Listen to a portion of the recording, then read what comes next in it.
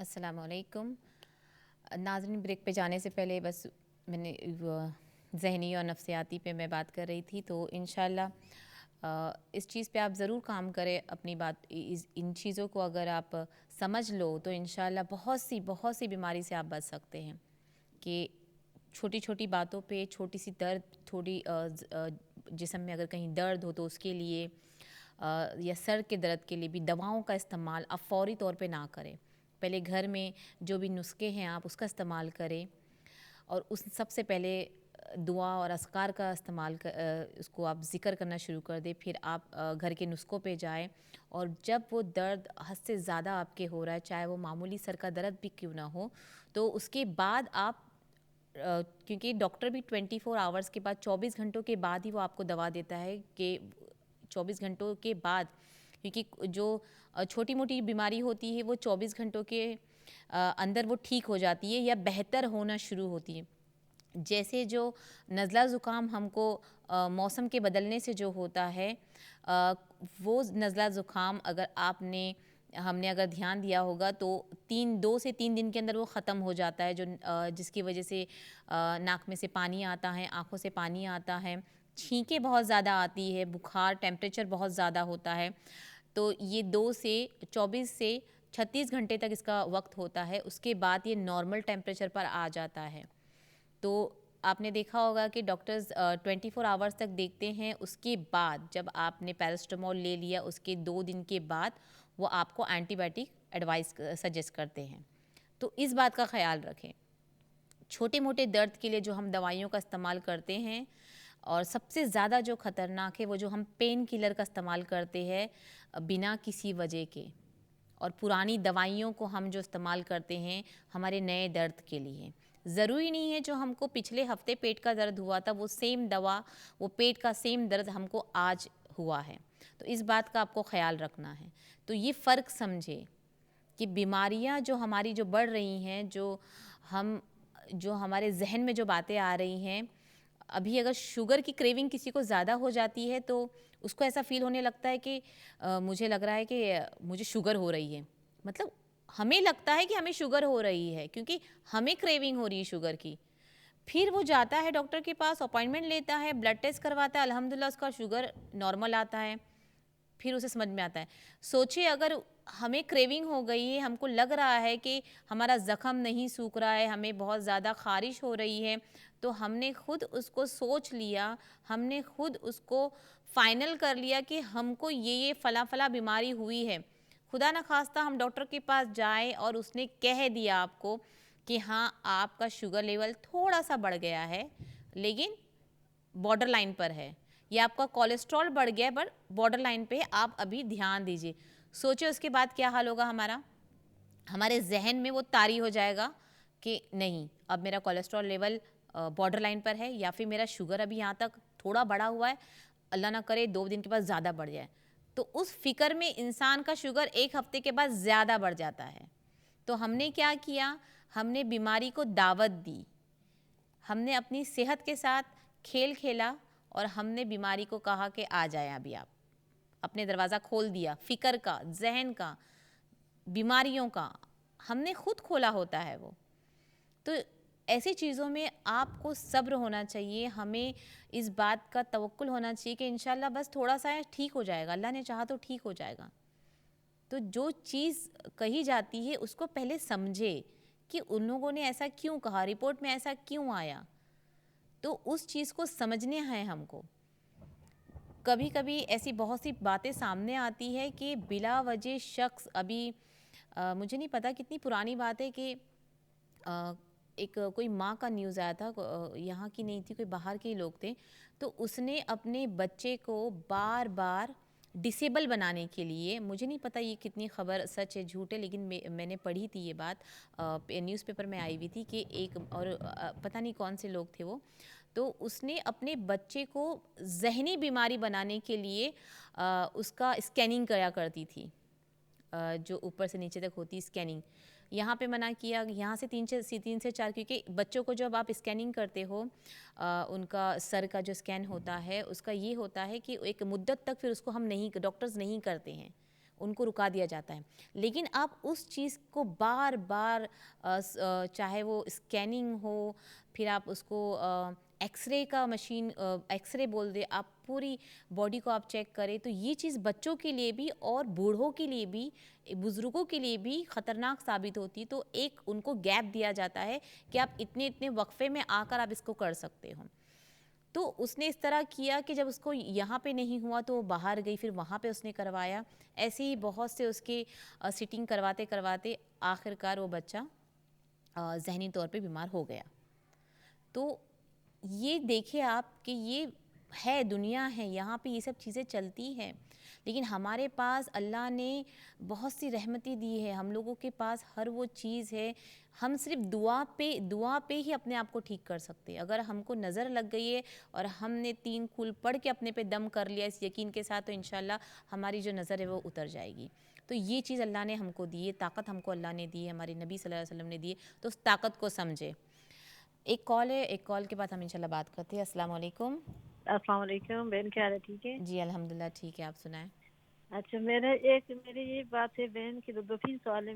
मेरे पाँव में भी, एक सिस्टर में पहले फ़ोन किया था, तो मेरे पाँव में भी बहुत सख्त दर्द होते हैं। मैं तेल लगाती हूँ रात को तो मुझे फ़र्क पड़ जाता है उस तेल से, लेकिन बस फिर बस दोबारा शुरू हो जाता है। जी जी दूसरा, मैं कह रही थी कि अभी डॉक्टर ने नहीं बताया, तो मेरी एक फ्रेंड है, वो कह रही थी, मुझे डॉक्टर कह रहे थे कि तुम्हारे ब्लड में पता नहीं तुम्हारा फैटी लिवर है कि फैटी काम लिवर है। लिवर, अच्छा अच्छा अच्छा, अच्छा, तो वो फैटी मैंने कहा था लिवर, मैं फैटी आपसे लिवर। पूछ के बताऊंगी कि जो नुस्खे मैंने सबको बताए हैं आपके फुल मखाने वाले, तो वो काफी लोगों ने इस्तेमाल किए तो उनको फर्क पड़ा है। शुक्रिया, बहुत बहुत शुक्रिया। तो तीसरा मैं कह रही थी कि तो ये सब्जियां जो है, सूप हम बनाते हैं, बाज़ दफा कहते हैं कि सब्जियों को ज्यादा ना पकाओ, तो फिर बच्चे तो फिर नहीं खाते, तो फिर उसको तो ज्यादा, फिर हम जब सूप बनाते हैं सारी सब्जियां डाल के, तो फिर उनको ज्यादा पकाएं कि फिर क्या करें? बच्चे फिर कच्ची तो नहीं खाते ना। जी जी ठीक है, चले मैं उसका अभी जवाब देती हूँ आपको, ठीक है। जज़ाकल्लाह बहन, ओके जी, जज़ाकल्लाह। आमीन, बारकल्ला।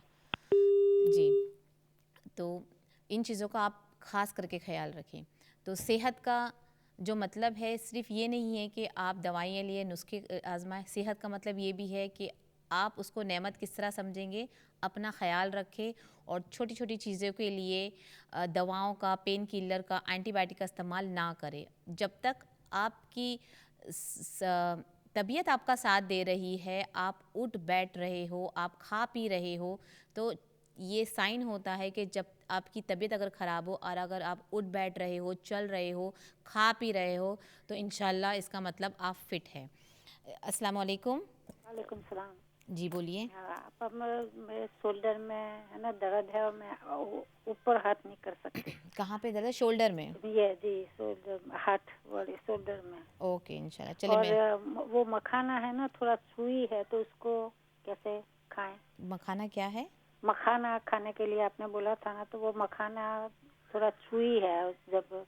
चू होता है, अच्छा हाँ, अच्छा, ठीक है ठीक है। तो ठीक है, मैं चले बताती हूँ। देखिए, मखाने को मैंने कहा था कि मखाना जब भी आप इस्तेमाल करें, हाँ वो चुई थोड़ा हो जाता है खाने के लिए, तो मखाने का सही इस्तेमाल तरीका ये है कि आप उसको ड्राई रोस्ट कर लें। अगर आपने उसको ड्राई रोस्ट कर लिया और अगर आपको चबाने में चुई जैसा लग रहा है, तो ड्राई रोस्ट करके उसको पाउडर की शक्ल में आप बना के रख लें, वो ख़राब नहीं होता है। तो अगर आप ज़रूरी नहीं कि मखाने आप ऐसे ही खाएं, जिनको नहीं खाना है तो वो ड्राई रोस्ट करें, उसको फिर उसको खुरदरा सा पीसे या आप उसको पाउडर की शक्ल में बनाएं। जिस तरह से भी आपको खाना है आप उसका इस्तेमाल कर सकते हो। और ये दर्द वालों के लिए भी बहुत अच्छा है, ताकत के लिए बहुत अच्छा है, बच्चों को दूध में आप डाल के दे सकते हो। तो मखाने का बहुत से फ़ायदे हैं, तो इंशाल्लाह आप इसका इस्तेमाल कर सकते हैं। तो चले मैं इन सवालों का जवाब दे दूँ। अगर आपके पास कुछ और सवाल है तो इंशाल्लाह आप कॉल करें, हम उसका आपको जवाब देंगे। और इनका सवाल था कि इनके शोल्डर में बहुत दर्द होता है और जब ये हाथ उठाते हैं तो दर्द होता है। तो देखिए, शोल्डर को अगर आपको दर्द है तो उससे पहले आप अपने शोल्डर अगर एक फ्रीज़ जैसे हो जाते हैं तो उसके लिए आप मूवमेंट उसके रखें। शोल्डर के लिए कुछ एक्सरसाइज होते हैं, जितना हो सके हाथ ऊपर इतना नहीं जाता, तो जितना ऊपर तक आपका हाथ जाता हो उतने ऊपर तक आप हाथ नीचे करें, या फिर उसको पंखे की शक्ल में अपने हाथ को घुमाएं आगे या पीछे 5 दफ़ा। 10-10 सेकंड तक काफ़ी हो जाता है। इसके अलावा छुआरे का इस्तेमाल आप करें।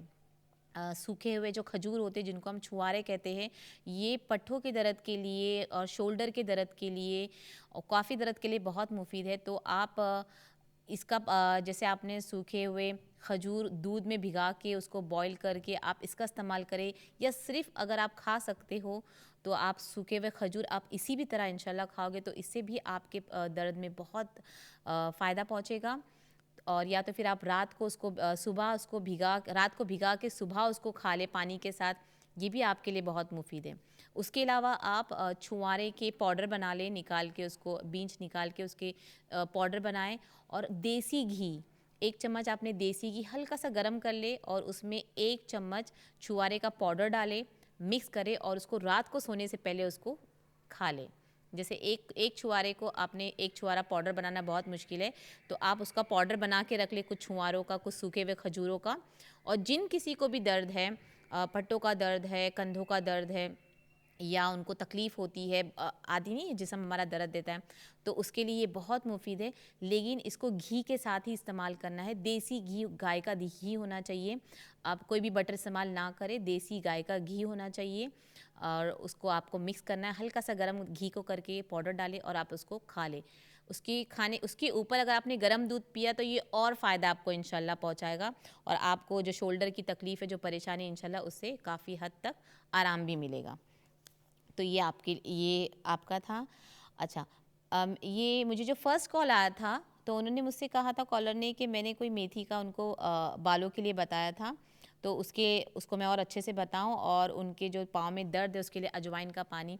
देखिए, अजवाइन के पानी को जो है आपको गर्म पानी में, जैसे आपने गर्म कर लिया, बॉईल कर लिया पानी, उसके अंदर 1 चम्मच अजवाइन डाल के उसको ढक के आपने रख दिया और फिर उसका इस्तेमाल करें आप, तो इंशाल्लाह इससे आपको बहुत फ़र्क पड़ेगा। लेकिन इसी के साथ अगर आपने एक छोटा सा लौंग या लौंग का पाउडर घर का बना हुआ, अच्छा, मैं जब भी कोई नुस्खा बताऊं तो मैं मेंशन करना भूल जाती हूँ कभी कभी कि घर की, तो नुस्खा आप जब भी इस्तेमाल करें वो फ्रेश घर की चीज़ों का होना चाहिए, ना कि बाज़ार से बनी बनाई चीज़ों का। तो कोई भी जिसका जब इस्तेमाल करें तो घर में रखी हुई चीज़ों का, जैसे इसमें अजवाइन तो ऑब्वियसली घर में ही होगा, लेकिन आप जो लौंग लोगे वो लौंग का पाउडर आप घर में ही बना के रख दें, छोटी डिब्बियों में बना के रख दें। लौंग का पाउडर भी दर्द के लिए बहुत मुफीद होता है। तो आप अजवाइन में 2 चुटकी उसमें आप, या फिर एक लौंग अगर पानी के साथ बॉईल कर ले, फिर अजवाइन के साथ बॉईल कर ले, फिर उसका इस्तेमाल करें, ये भी बहुत मुफीद होता है। तो आप इसका पानी का इस्तेमाल कर सकते हैं। और पाँव के दर्द के लिए हल्दी वाला दूध बहुत मुफीद होता है, तो आप उसका भी इस्तेमाल करें। अच्छा, मेथी का जो पेस्ट था, मैंने एक मेथी वाला ऑयल भी बताया था, और मैंने मुलेठी वाला आपको बताया था, जो मैंने 2 वीक पहले जो मैंने बालों के बारे में बताया था वो मुलेठी था। मुलेठी और क्रीम, मिल्क जो डबल क्रीम होती है, उनको मिक्स करके, जैसे मुलेठी का पाउडर आपको डालना है, बाज़ारों में आसानी से मिल जाती है ये चीज़, या तो फिर आपके पास मुलेठी है तो उसको आप घर में ही पीस के आप कर सकते हो। तो उसको मिक्स करना है और 5 मिनट के लिए सर पे मसाज करना है। जिनके बहुत ज़्यादा बाल जाते हैं ये उनके लिए भी मुफीद है, और जिनको गंजापन शुरू हो रहा है ये उनके लिए भी मुफीद है।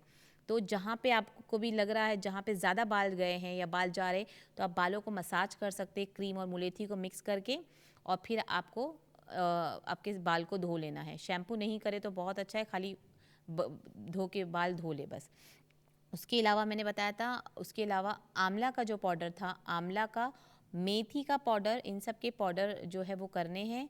करी पत्ता, सूखा हुआ ड्राई करी लीव्स, जो करी पत्ता होता है उसको आपने ड्राई पीसना है, और इसको आपको कोकोनट ऑयल में बॉईल करना है हल्का सा, जब तक कि वो जल ना जाए। थोड़ा सा काला हो जाता है वो, फिर उसको आप इसी तरह बॉटल में रखिए। और इस तेल का भी इस्तेमाल करने से बाल, गिरते हुए बालों में बहुत फ़र्क आता है। तो ये 2 चीज़ जो थी ये मेथी के मुतालिक मैंने बताई थी, वो मुलेठी था, मेथी नहीं था। तो ये है।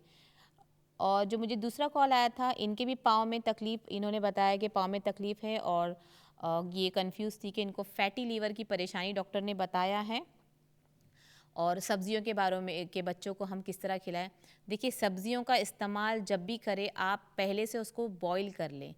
सब्जियां पकाने का सही तरीका ये है कि आप उनको मसालों के साथ ना सॉफ्ट करें, ना पकाए, बल्कि आप उसको पहले से ही बॉईल कर ले और फिर आप उसको, क्योंकि जब हम सूप बनाते हैं तो कोई भी एक सब्ज़ी का हम सूप बना रहे हैं, जैसे कैरेट का बना रहे हैं, तो हम उसको पहले बॉईल कर ले, फिर आप उसको ब्लेंड करके फिर वापस से उसको पकाते हैं, तो ये वो पक जाती है, ये उस आराम से पक जाती है, आसानी से पक जाती है। तो उसको अलग से आपको गला वो नहीं करना होता है।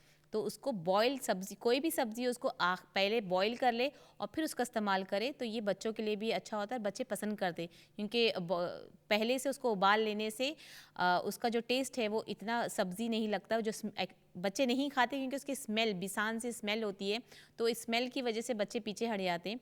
लेकिन उसको अलग से पहले से ही उबाल लेने से उसमें जो बदबू होती है कच्चेपन की वो दूर हो जाती है, तो बच्चे बड़े मज़े लेके खाते हैं। तो इस चीज़ की, अच्छा, बच्चों के इसमें हमेशा ये किया कीजिए कि थोड़ा सा घी का इस्तेमाल किया कीजिए उनके सूप में। नाज़रीन, एक कॉल है, इंशाल्लाह फिर हम बात पूरी करते हैं। अस्सलाम वालेकुम। वालेकुम अस्सलाम। ठीक हो बाजी? जी अल्हम्दुलिल्लाह, मैं ठीक हूँ, आप सुनाएं। अल्लाह का शुक्र है बाजी। बाजी मैनू मेरी बच्ची है, उसने 19 साल नहीं है, तो मेरे खुद ने बाल बहुत जा रहे हैं। जी जी। ये साल से इतनी शैम्पू भी हर रंग ने ट्राई किए, तेल भी सब कुछ, पर कोई फर्क नहीं पड़ रहा।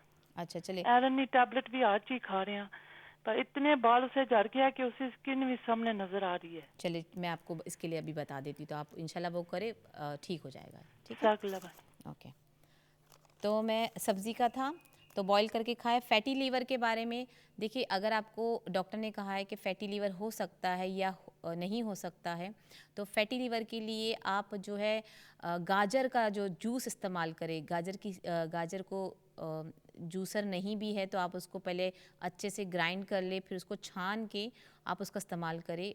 फैटी लीवर के लिए चुकंदर का जूस और गाजर का जूस ये बहुत अच्छा होता है। इसके अलावा हरा धनिया का पानी फैटी लीवर को बहुत हद तक कम करता है। 4 चीज़ें ऐसी हैं जो फैटी लीवर के लिए बहुत ही कारआमद होती है, जिसमें चुकंदर हो जाता है, गाजर का जूस हो जाता है, हरा धनिए का पानी हो जाता है, जूस ही समझ लिए उसको, ब्लेंड करके हम उसका पानी जो भी हम छान सकते वो, और हल्दी का पानी। ये 4 चीज़ें अलग अलग टाइम पे आप एक रोज़ाना ये लीजिए, एक बार आप चुकंदर का जूस लीजिए, एक बार हरा धनिए का जूस लीजिए, इंशाल्लाह इससे आपको बहुत फ़र्क पड़ेगा। अच्छा, हल्दी का जो पानी मैं बता रही हूँ फैटी लीवर के लिए, आप हर 2 दिन के बाद ले सकते हो, मतलब हर दूसरे दिन आप इसका इस्तेमाल कर सकते हो, लेकिन आप इसका पानी आप रात को पी के सोया कीजिए, ये बहुत ज़्यादा मुफीद होगा। कोई भी चीज़ अगर हम रात में अपने सिस्टम को अगर ठीक करना चाहते हैं बॉडी के अंदर, तो रात को खा के सोने से बहुत फ़र्क पड़ता है, तो आप इसका इस्तेमाल ज़रूर कीजिए। अच्छा, पाँव के दर्द के लिए तो मैंने बहुत सी चीज़ें बताई ही, लेकिन अगर आपने हल्दी का अगर पानी आप पी रहे हो तो हल्दी का दूध पाँव के दर्द के लिए बहुत अच्छा होता है। इसके अलावा आप जो तेल इस्तेमाल कर रहे हो, कोई भी तेल जो आपको सूट हो रहा है, सरसों का तेल सबसे बेहतरीन है दर्द के लिए। उसमें थोड़ा सा लहसुन और तेज़ पत्ता, उसको आप गरम कर ले सरसों के तेल के साथ या फिर ऑलिव ऑयल के साथ। लेकिन ऑलिव ऑयल का ये बात है कि हम ऑलिव ऑयल को बॉईल नहीं कर सकते, क्योंकि उसकी जो तेल की जो खासियत है वो ख़त्म हो जाती है। ऑलिव ऑयल एक ऐसी चीज़ है, जैतून का तेल एक ऐसी चीज़ है जो आप कच्चा भी खा सकते हो, और उसमें अल्लाह ने इतने फ़ायदे दिए हुए, सेहत के मुतालिक इतने फ़ायदे दिए हैं कि अगर लोगों को पता चल जाए तो वो रोज़ाना 1 चम्मच बिला नागा खाएंगे। तो जैतून का तेल की यही है कि ख़ासियत ये है कि आप उसको ज़्यादा पका के ना खाएंगे, उसको कच्चा जितना इस्तेमाल करें उतना ही आपके जिस्म के लिए वो बेहतर है। तो आप सरसों के तेल में ही लहसुन और तेज़पत्ता उसको गरम कर ले और फिर इसका इस्तेमाल करें, ये पैर के मालिश के लिए बहुत बेहतर होता है। और अजवाइन का पानी आप भी इस्तेमाल करेंगे तो इससे फ़र्क पड़ेगा। जो हमारा अभी कॉल था, जो उन्होंने कहा कि उनकी बेटी के बाल बहुत जा रहे हैं और वो आयरन टैबलेट भी लेती है। देखिए, आयरन की कमी की वजह से बाल बहुत जाते हैं, फिर चाहे वो आयरन की कमी किसी को भी हो, अगर आयरन की कमी हो जाती है तो बालों पे पहले इसका असर दिखना शुरू हो जाता है। तो इसके लिए आप अपनी बच्ची को ज़्यादा से ज़्यादा हरी सब्जियां खिलाएं, पालक खिलाएं, और जितनी भी सब्जियों में आयरन है, मछली खाती है तो उसको मछली खिलाए, अखरोट खिलाए, और सुबह सुबह उसको खाली पेट दही का इस्तेमाल करवाए। ये सब आयरन की कमी को बहुत हद तक कम कर देती है, क्योंकि अगर हम खाने में चीज़ों को शुरू कर देते हैं तो बहुत हद तक हमारे जिस्म की जो बीमारियां हैं वो ख़त्म हो जाती है, तो अपने असरात दिखाना शुरू होते हैं जब पेट में जाते हैं। तो ये कोशिश करें। मैंने उससे पहले जो आपको तेल बताया था मुलेठी वाला, ये भी गंजेपन के लिए भी इस्तेमाल होता है, जिनके बाल बहुत ज़्यादा जाते हैं। तो मुलेठी का पाउडर और क्रीम, डबल क्रीम यहाँ पे आप इस्तेमाल कर सकते हैं। तो डबल क्रीम का इस्तेमाल करें, पेस्ट बनाए। जैसे आप, अगर मैं आपको हिसाब बताऊं तो एक छोटा सा बोल अगर आपने डबल क्रीम लिया तो उसमें 1 टीस्पून अपने मुलेठी का पाउडर डालें, मिक्स करें और उसको बालों में मसाज करें, या फिर जहाँ पे गंजापन हो रहा है वहाँ पे लगा के 5 मिनट के लिए छोड़ दें और उसको फिर आप धो लें। अच्छा, धोने के बाद आप शैम्पू का इस्तेमाल ना करें।